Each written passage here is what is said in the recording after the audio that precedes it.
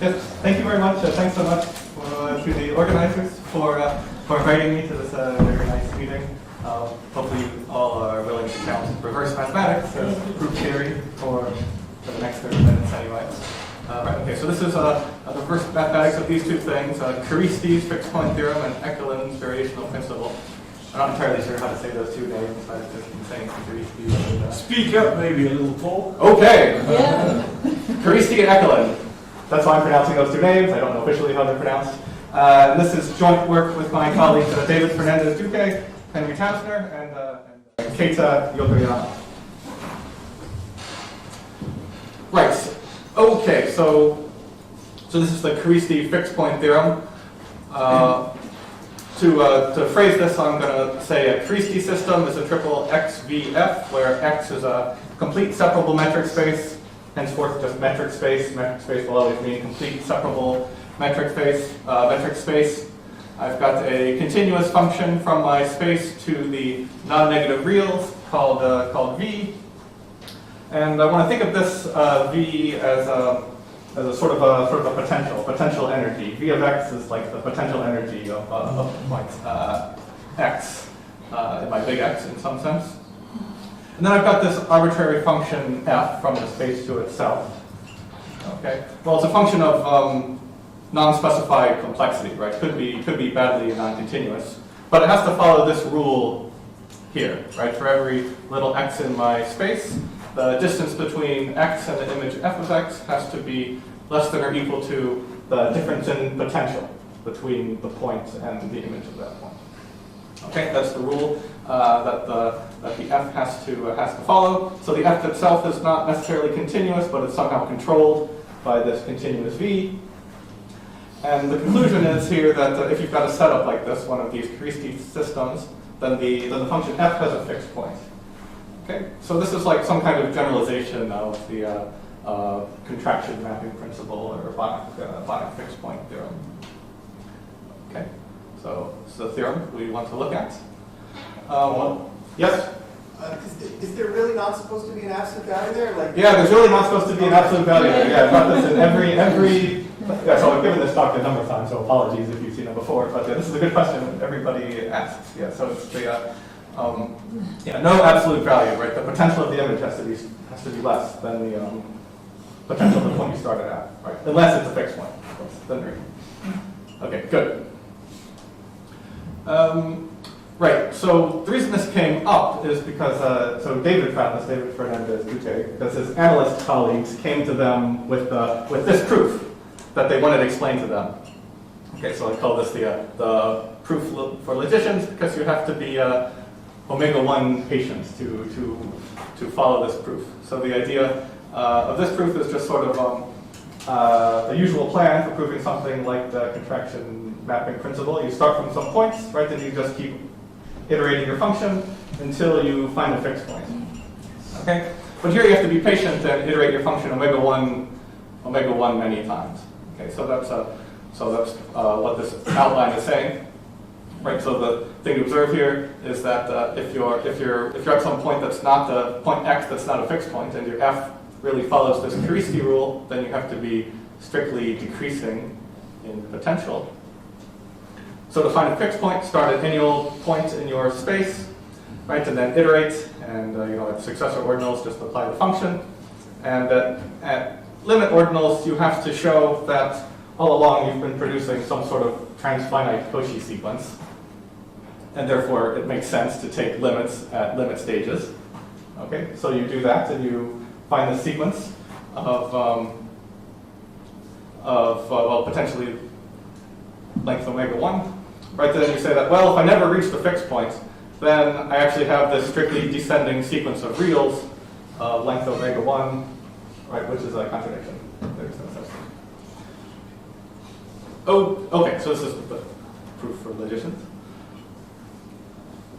Okay, but there's a sort of an alternate proof where you only have to be omega patients instead of omega-1 patients. I'll call this a proof for analysts. Okay, so this is this proof is via this so-called Ekelen variational principle. So again, suppose I've got a metric space and one of these potentials, and I'll say that the critical point of a potential is a point x star like this. Right, it's a point x star such that for any other y, or I guess for any y in my space, if the distance from this critical point x star to y is less than or equal to the distance in potential, or the difference in the potential, then the y actually has to be this x star. Okay. So what this is saying is that so you've got the sort of the I guess idea you should have for these critical points is that you've got some potential, right? Then the idea is maybe you would like to minimize it, right? It's not a compact space necessarily, so it's not going to actually achieve its inf. Although there is going to be some inf because it's a function from to the non-negative reals. So a critical point is sort of like an approximate optimal point, right? If your goal is to minimize the potential here, right? This is if your critical point.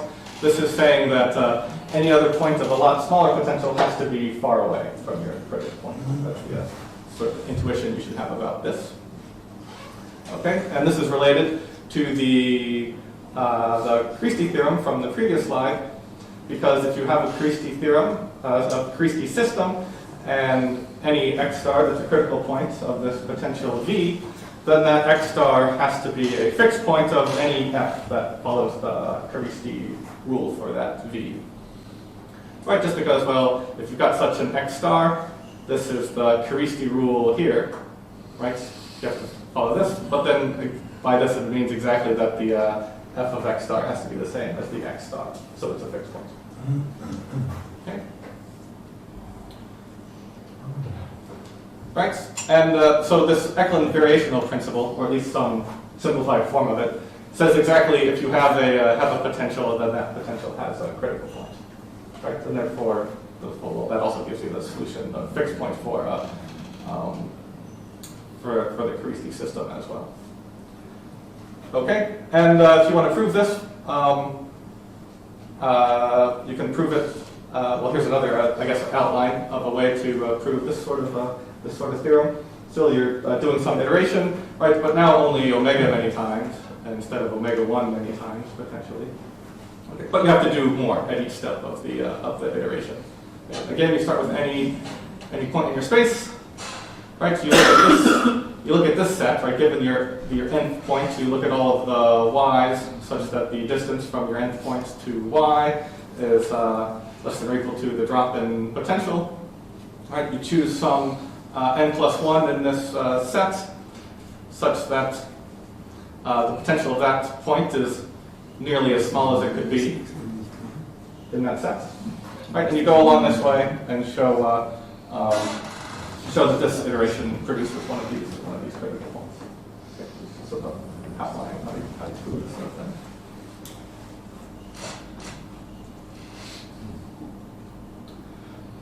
Okay.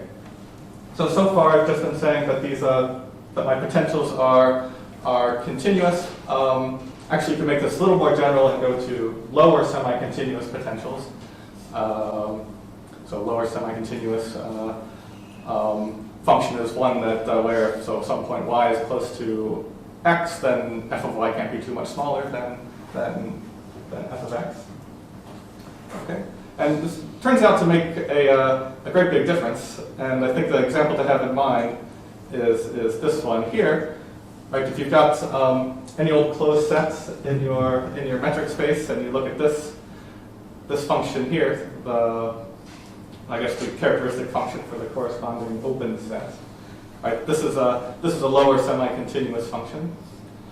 Okay, so this is some sort of indication that finding these critical points is possibly going to be difficult, right? Because for a potential like this, your critical point is going to be one of the x's in the closed set, so finding a critical point is going to be like finding a point in an arbitrary closed set, which can be complicated if your space is not compact.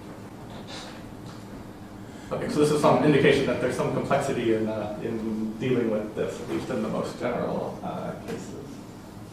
Oh? Yeah? So I'm confused because in this definition I don't see the V. Or yeah, sorry, the F is the V. Yeah, Yeah, okay, sorry. yeah.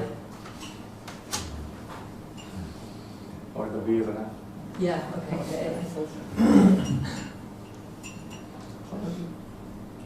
Okay, right, so we've got these two related theorems, right, the Creasy fixed point theorem and the Ekelund variational principle, right, that are related, right? The Ekelund principle implies the Creasy fixed point theorem, and we want to sort of analyze the strengths of these two theorems in the context of reverse mathematics for a number of reasons. They have interesting proofs, right? Especially this original proof of the Creasy theorem. Okay, and this idea of sort of transfinite iteration seems to be an important technique in this metric fixed point theory area. Right, and this Ekelund theorem has lots of applications. So these are all the applications that Ekelund himself cites in his paper about this. Okay, and yeah, for me, so these are like theorems from the 70s, which is nice for me because they're not quite so old as the things I usually study in reverse mathematics. And sort of after the fact, the results are fairly interesting, right? Depending on exactly what assumptions you make, right? Is my space compact or not, or is my potential continuous or not? You get a lot of different strengths, depending on exactly what formalization you want to look at. Okay, so here's just a reminder about the so-called big five systems of subsystems of second-order arithmetic. Right, we sort of fix this base system, RCA naught, which says that you have computable sets. And sort of all of our reasoning is done over this system. And from that, we strengthen to weak Kerning summa by adding the statement of weak Kerning summa. If you have a infinite binary branching tree, then it has an infinite path. Then ACA naught saying that every arithmetically definable set exists. ATR naught saying that you can iterate arithmetical comprehension over some set you already know to be an ordinal. And then pi11 comprehension saying that pi11 is defined sets.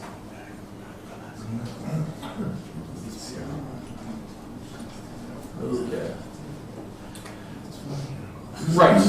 So we've got the problem we always have here in that I say we're working in second order arithmetic where you can talk about numbers and natural numbers and sets of natural numbers, but then I want to analyze all these theorems that have to do with real numbers and sets of real numbers and continuous functions and maybe even arbitrary functions.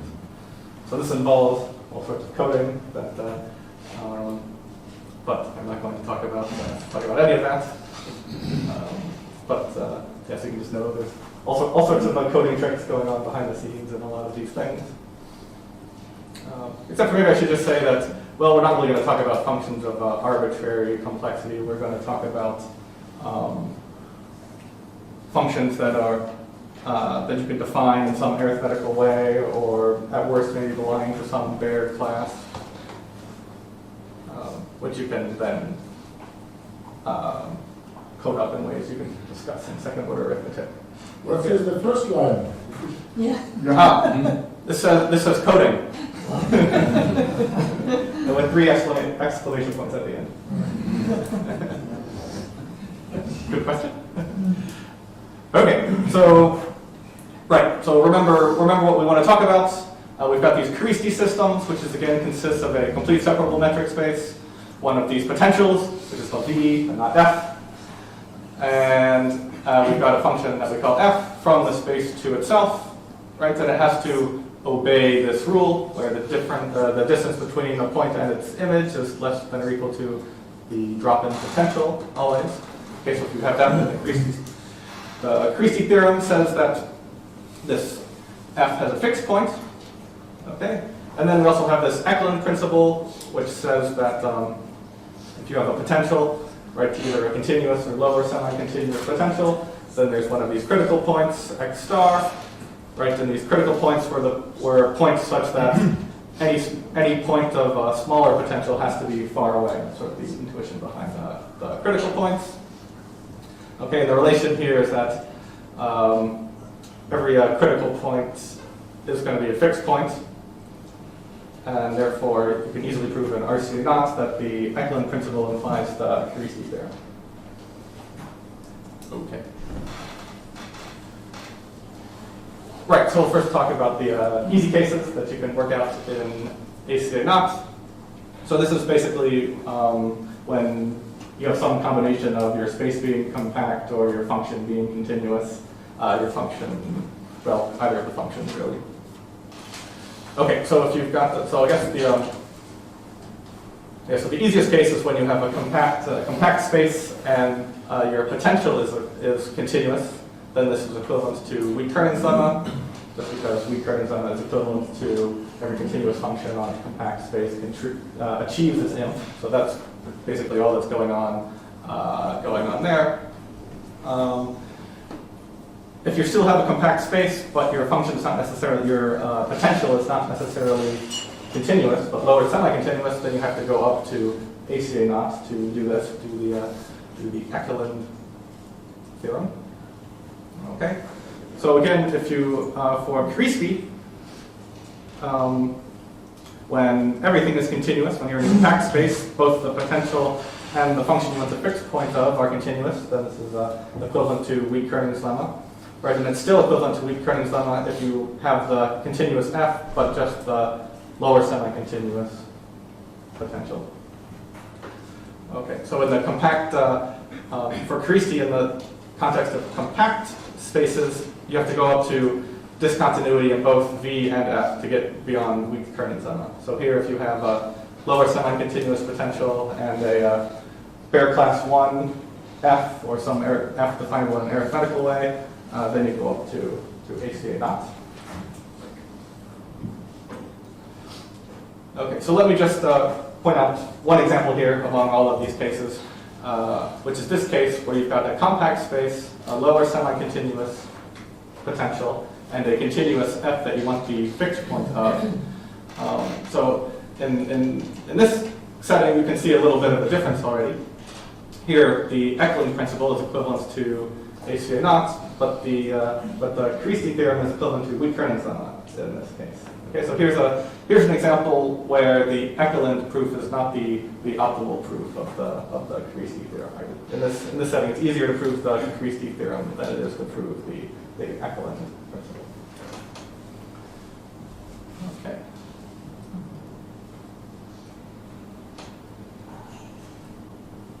Right. So here, by arbitrary, I mean non-compact, still complete separable. Okay, so if you have a complete separable, not necessarily compact metric space, but still you know that your potential is continuous, then you can still do everything in ACA knot. And basically what's behind these results from the previous couple slides is, well, first this thing about weak Kernig's lemma being equivalent to achieving the inf of continuous functions on a compact space, and also that in the ACA knot cases, when your potential is continuous, you can implement this omega patient sketch in ACA knot from a couple slides ago.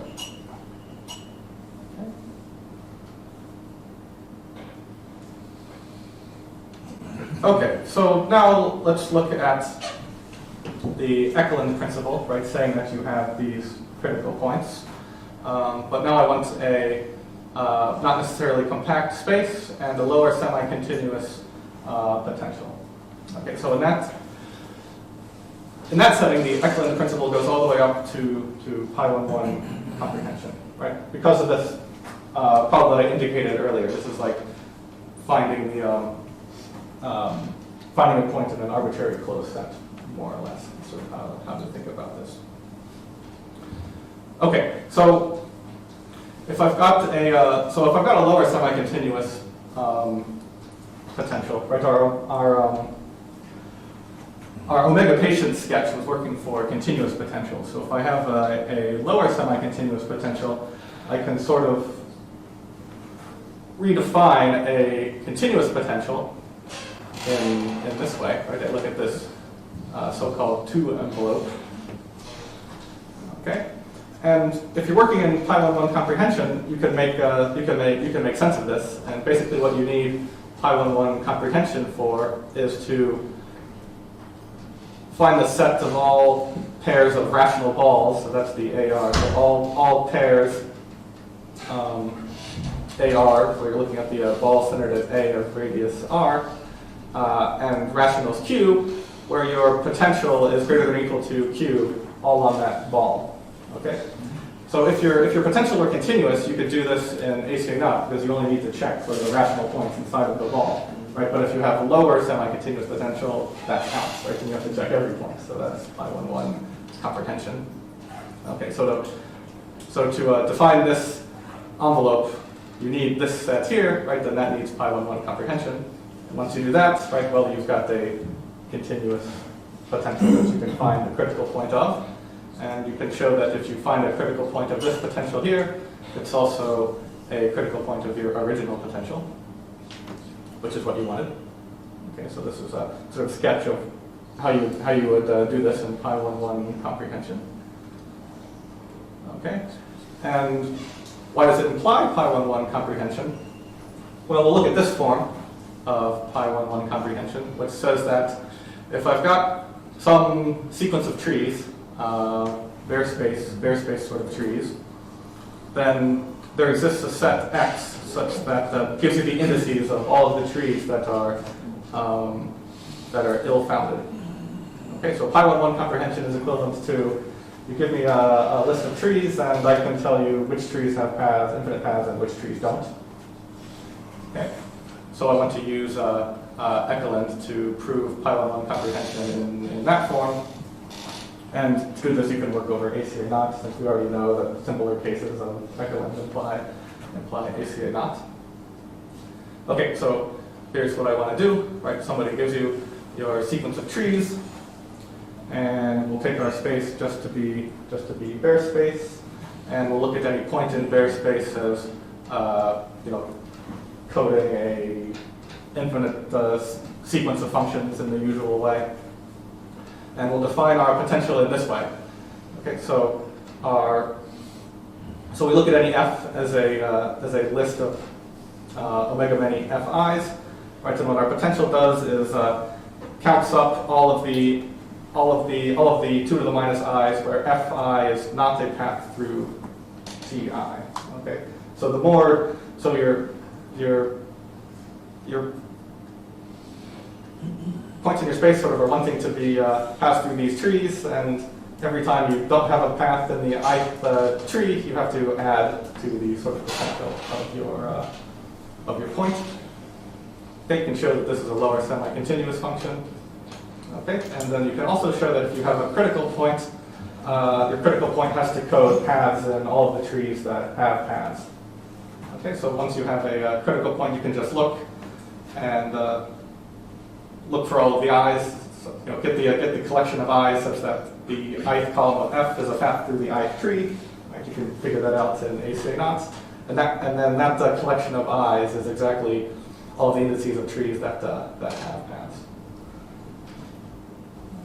Okay, so it's easy enough arguments to show that this implies pi 1, 1 comprehension.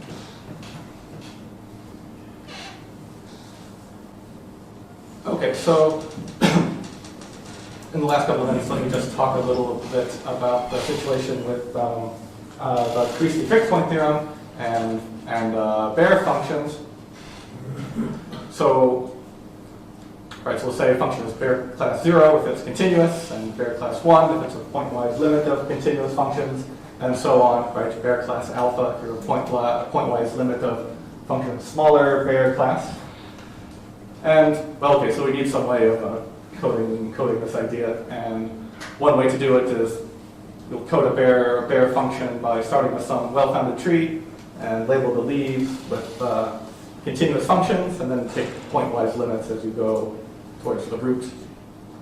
Okay, and well, this is a good coding that makes the most sense in ATR naught.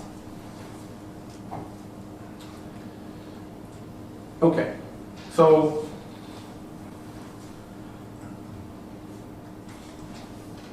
to talk about Christie for these bare functions, I want to look at this system introduced by Tausner called the transfinite leftmost path principle. Okay, so what's behind this is this other equivalent of pi11 comprehension, which is saying if you have an ill-founded tree, then there's a leftmost path. Okay, so this transfinite leftmost path principle, TLPP, from Henry, is a weakening of that, right? That says instead of, well, you give me a tree that has a path and I give you a leftmost path, this says, well, give me a tree and give me an ordinal. And it says, well, there's going to be a path through the tree that's not necessarily leftmost, but such that there's not going to be anything to the left of my path that's not so complicated relative to the path, right? And what not so complicated means is depending on what this ordinal you set at the beginning. Okay, so this says there's a path that maybe it's not leftmost, but there's not going to be any path that's to the left of my f and sigma alpha definable relative to t and the f. Okay, and this is some scheme that has strength strictly between ATR naught and pi11 comprehension. And let me just say what's the motivation for this. So so Henry's idea here is to use TLPP to prove pi12 facts that are consequences of pi11 comprehension. So such things can't be equivalent to pi11 comprehension. And there's a number of things, number of such statements that are somewhere between pi11 comprehension and ATR naught, but it's not known exactly where. So you'd like to have interesting upper bounds for these, and this is what Henry did. Right, then the idea is to use TLPP0 to simulate this sort of argument. Right, you want to prove something by using this leftmost path formulation of pi11 comprehension. Okay, so you're trying to prove something, you're given an x and you want to build some y that does something. Right, then maybe you build some ill-founded tree and you use pi11 comprehension to get the leftmost path. Right, then you use that to build y and you show that if this y wasn't what you wanted, then your f wasn't leftmost. Okay, and Henry's observation was, well, to run this argument, the f doesn't really need to be leftmost, it just needs to be sort of leftmost relative to whatever it is you're going to do in the rest of the construction. Okay, and so he has some good examples of uses for this, right? Things between pi11 comprehension and ATR naught. Like I said, that's not known where they are. Right, the Nash-Williams theorem and generalized Higman's theorem, and then this Benger's theorem for countable graphs. Right, you showed that you cannot prove these things from this TLPP0. Okay. And it turns out that this TLPP0 is exactly what you need to do the Christie theorem for Baire functions. Right? And the idea there is that, well, the sort of Eklund proof of Christie was we need to find a critical point of the potential. Right? But really you don't need a full critical point of the potential, you just need a critical point sort of relative to what's the Baire class of that function. Okay, so that's a hint of why a TLPP0 here is relevant for the Christie theorem. Okay, yeah, so I guess here I should just say that, so now this is another, the Baire class F and the lower semi-continuous V is another case where there's a difference between the Ekelund theorem and the Christie theorem, right? In that case, the Ekelund requires full pi11 comprehension, but the Christie version, at least when you have a lower semi-continuous potential and a Baire function, right? To find a fixed point, you need less. You only need this TLPP0. Okay, I'll stop there. Thank you. Thank you very much.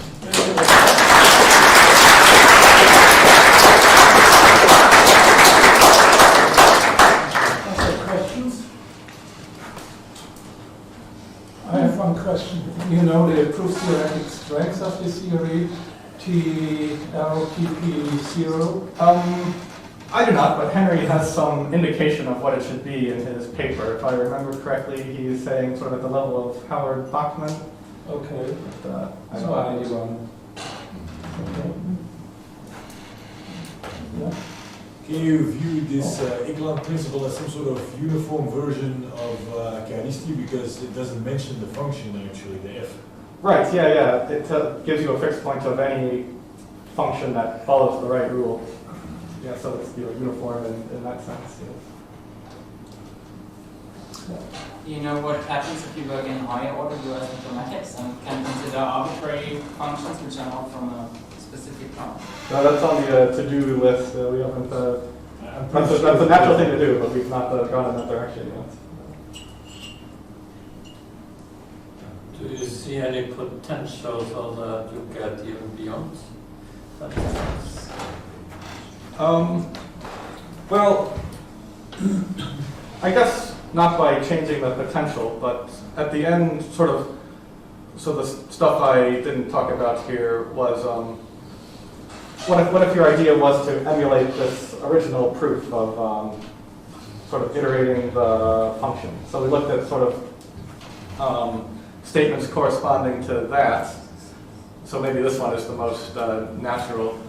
So if you look at this, sequence of points that gets generated by picking a point and then iterating the function, right? You generate a collection of points that's sort of closed topologically and also closed under applying the function and minimal with those properties. Okay, so you could say, well, okay, there is such a thing, right? And how strong is that? And that goes beyond pi 1 comprehension. It's some kind of like non-monotonic inductive definition thing. So we did look at stronger things, but not related to changing the potential. So if the potential is not continuous, but only lower semi-continuous, then there's the question of coding as well, right? Mm-hmm. So is there any dependency on the complexity of the potential? Well, so we have a coding of lower semi-continuous functions that we think is a natural coding because you can prove in RCA not some of these equivalent characterizations of lower semi-continuous functions, like the set of points that lie above the graph, I think it is closed. So with our coding, you can prove that. But I guess really the issue is, so we were calling such a coding honest if this thing here is always a set, and that's sort of the coding issue here, right? How we set up the definition, you don't always know this set, right? Because you need pi 1 comprehension to get it. But if you can always form this set, then it's sort of a nicer code for your lower semi-continuous function, and that lets you do more like this, for example. Last short question. No question, then thank you again.